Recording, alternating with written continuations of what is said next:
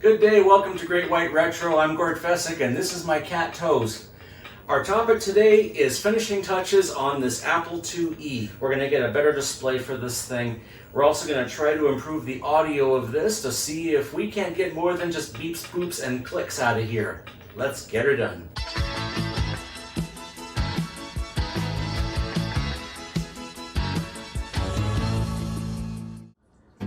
Let's start off by putting this joystick back together.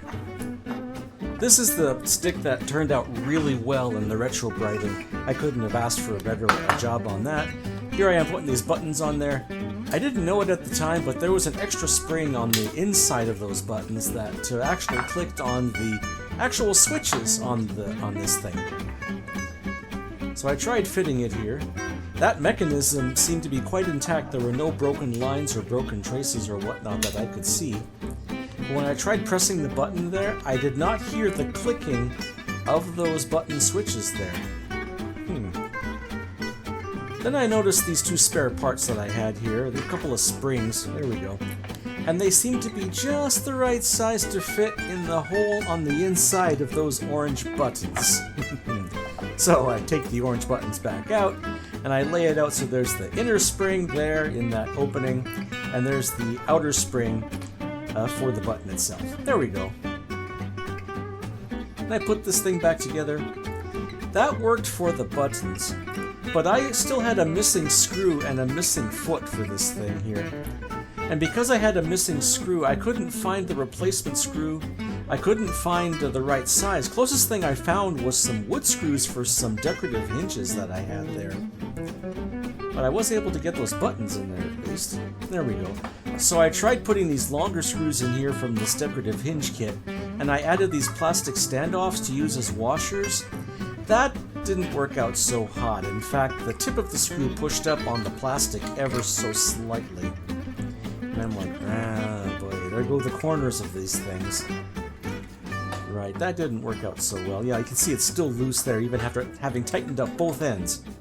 At least the buttons are clicking just fine. So, I tricked out my trusty bolt cutters, and I shortened the screws. There we go. You can see the original screw here, because I lost its mate quite some time ago. Shortening those screws seemed to do the trick. There we go. Tighten that up. After getting those in there, the buttons were fine, but the joystick itself was fully assembled and no longer sitting loose. There we go. Repeat for the other side and we're done. I also got some new feet. This took 1/2-inch feet and it just fit nicely here. Although if I had my way I could have gotten like fatter feet, I guess, or deeper feet or something, because it was interfering with the bottom of that joystick mechanism there with those black bits. I also took the opportunity to replace a hack job that I did on the video port there. This composite port was not only loose around the shielding connector, but it was also missing its inner pin entirely. I was surprised I got the display to work at all. To do a short-term hack, I just soldered a line between the inside pin of that connector and that video pin there in the middle. But now I got a proper connector. This is not the original stock connector though, or even a clone of it though. But let's get that out of there first. Alright, somehow I lost my pliers and I had to resort to my needle nose vice grips, but that did work to get this thing out of here. There we go. That and the solder puller, of course, did a good job of getting this thing off the board safely. Come on. And, oop, there we go. Popped off, and I desoldered that little wire that was there. Come on off of there. That hack job with the little wire was already there before I got the machine. This is a port for an Atari 400, I think. I got it from Console 5, who sells spare parts for the Atari series of machines.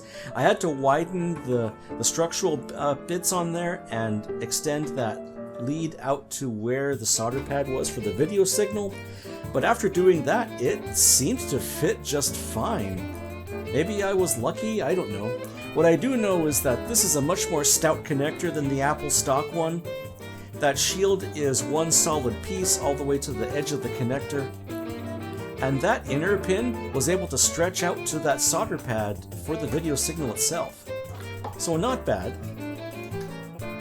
I go on the other side just to make sure all that extra structural solder is put in there. The shielding is mostly structural, but I did have to add some extra on both sides of this. Come on. There we go, a little bit touch up, and that video connector is in place.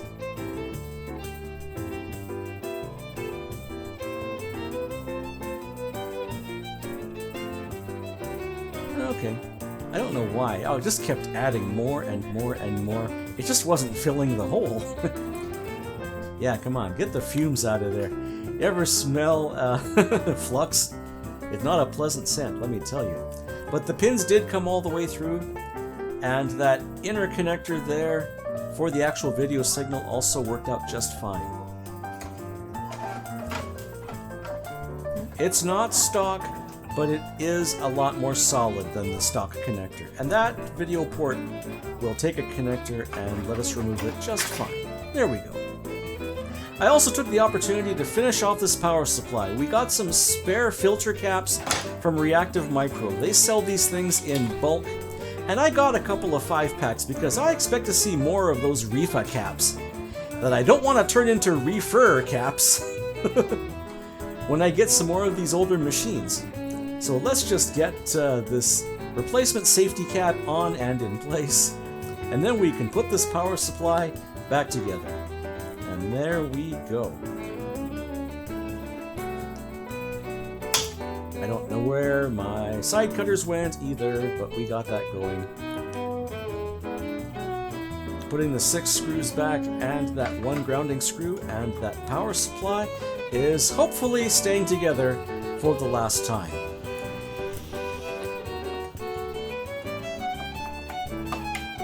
Well, we'll see in a bit because I quickly test the board, I plug it into the monitor, and, well, first off, okay, no smoke, that's a good sign. You won't see it on this display, but at least you see the power LED come on, and at the same time my monitor is showing the Apple II logo on the top line. So, this video port repair and power supply repair was a success. Now let's see about enhancing this old girl here. We got more packets here from Reactive Micro. We've got a new card, we've got some EEPROMs, we've got a Mockingboard. We are going to do something about the sound, and we've got some enhanced ROMs and a 65C O2 processor, similar to what's found in the Apple IIc. We're going to replace the 6502 CPU, we're going to replace the video ROM here. We're also going to replace what Apple calls the CD-ROM and the EF-ROM over here. Alright, and please forgive the lack of proper tools. I do need to get some proper chip pullers, and proper key pullers, and proper side cutters, and proper other tools so that I stop destroying my wife's kitchen utensils. There's the 65CO2 there. I make sure that pin 1 is lined up. The Apple sockets don't have that custom notch there, but they do indicate where pin 1 is, and well, I'll just have to take that. I did pay attention when I removed the original chips. So first the 65CO2, then the video ROM, which I assume includes the character ROM. I'm not sure at all. Okay, here's the CD-ROM, and then in a moment we'll get in the EF-ROM. Reactive Micro supplied this lovely grounding strap here that I took advantage of, because I really don't want to damage any components on this guy. I unplugged the disk drive just to make sure that we get the enhanced ROM working. Look at that, it's Apple IIe, not just Apple II. And you can write BASIC in lowercase now. Not bad at all. But even with the enhanced ROM, the game collection that I picked up with this Apple IIe still seems to work. I don't believe there were any real software incompatibilities, at least not with the kit that I have. Now let's put in this Mockingboard. It customarily goes into slot 4, and I also brought an audio cable along. This is a simple headphone extension cable. That way I can plug in a headphone to dual RCA adapter outside the computer, so I'm not having to go into this box when I want to unplug and plug in things. I do the same thing with my next little toy that I'm going to put in, the SNES Max. This is a lovely controller adapter put together just for one purpose that I will show you in a bit. As far as I know, only 2 software titles support using an SNES controller, and just in time for this video, I managed to get one of them. I put it in slot 3 here, but I do know that the 80 column card normally occupies slot 3 logically. I ended up moving the SNES Max to slot 2, but hey, at least it looks like the 80 column card still works as intended. Now this monitor is not going to cut it for what I gotta do here. Instead, I've got my lovely 2008 vintage Vizio monitor. This is my normal monitor, actually for my desktop PC. It has dual HDMI, but more importantly, it has standard analog audio and composite video. It also has S-video. In fact, for a later episode, this thing will also do analog television, which is going to be really important for the next episode. We got no sound right now. I think I got I'm going to call it the PC speaker, I don't care. I still have the PC speaker hooked up, but there is a jumper cable to go from the PC speaker connector to an input line on the Mockingboard. Do I have any noise? Nope, I'm not hearing anything yet. Nope, let's try that again.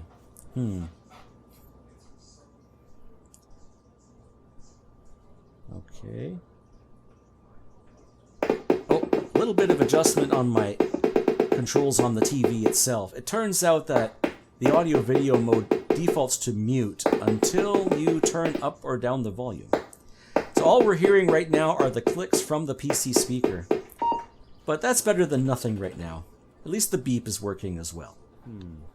It does ask for a Mockingboard in slot 4. Now I go and I press the Y key. What I didn't realize was that I reversed the U and Y keys. No!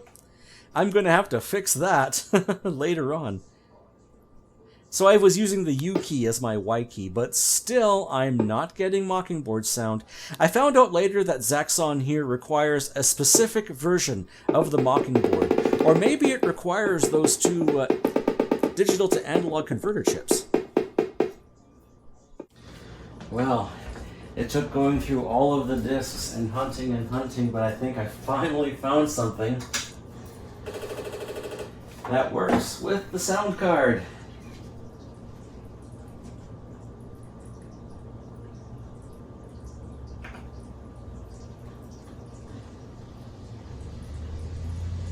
Pretty sure Burger Time doesn't, but Pitfall 2 does.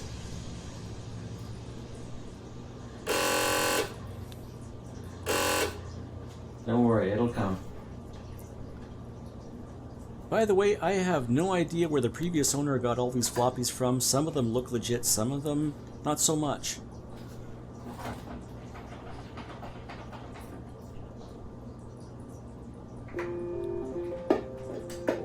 But the joystick does work.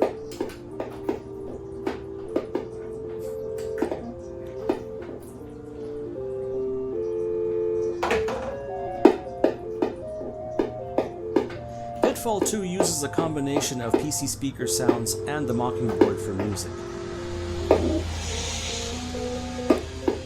Of course, the mouse gets me and pushes me back.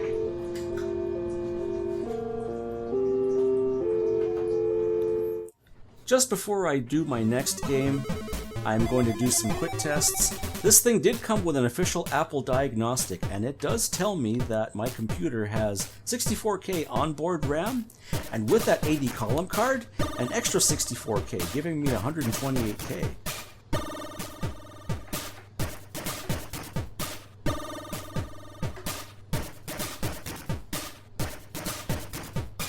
There we go. And now for the whole reason I bought all this stuff. I got a package just in time from David Murray in Texas. Yes, this is what you think it is. At least I sure hope it is. After fighting with the disk drive, I was finally able to get this thing started up.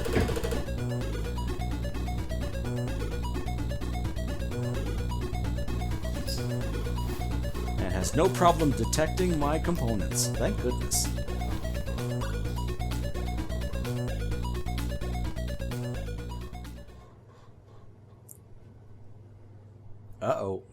Where's the sound? Oh dear. Let's try that again. There we go. That's just my TV. It does that. I don't know why, but it does.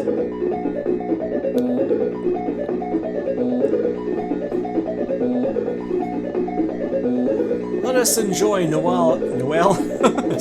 Let us enjoy Noel Aran's beautiful music for Attack of the PETSCII Robots.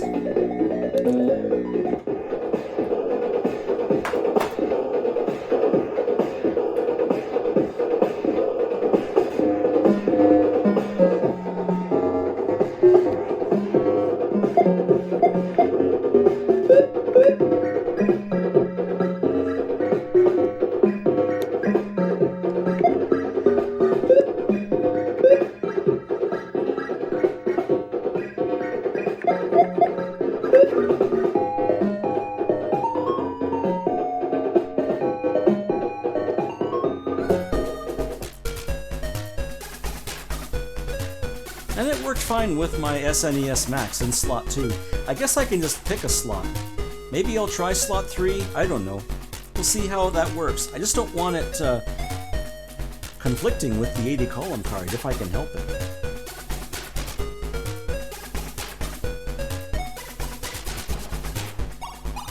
And here I am having no clue how to play this thing, even with a paper copy of the manual. We do get this thing working. Yep. Now, just like David Murray explained, this game benefits from having the 6522 timers on the Mockingboard as well, so it's able to keep track of your gameplay time.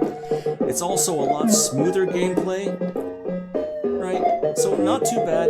And of course, that SNES Max does give the last little bit that this game does need. Because my keyboard still needs a bit of work. As I was trying to swap out the U and Y keys, the U key got stuck. So it looks like I've got one more key to fix. Oh well.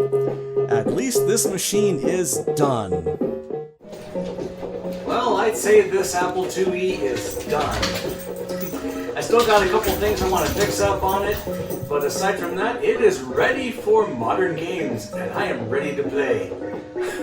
Now I just gotta learn how to play. On the next episode, we'll take a look at an Atari 400. Until then, good day.